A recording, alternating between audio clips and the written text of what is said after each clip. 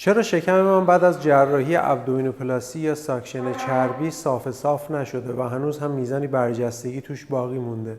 این یکی از سوالات شایعی که اکثر مراجعین از ما میپرسن و اونهایی که عمل و جراحی لیپوساکشن شدن.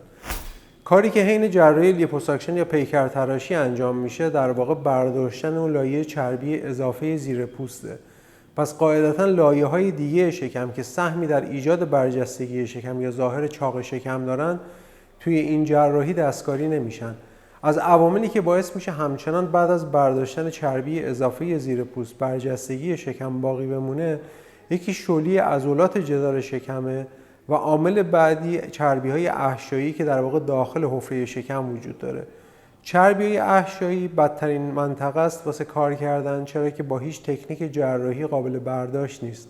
پس فردی که چربی احشایی زیادی داره که در معاینه قبل از جراحی مشخص میشه، کاندید خیلی مناسبی واسه جراحی لیپوساکشن و نتیجه خیلی خوب و زیبا بعد از جراحی نیست.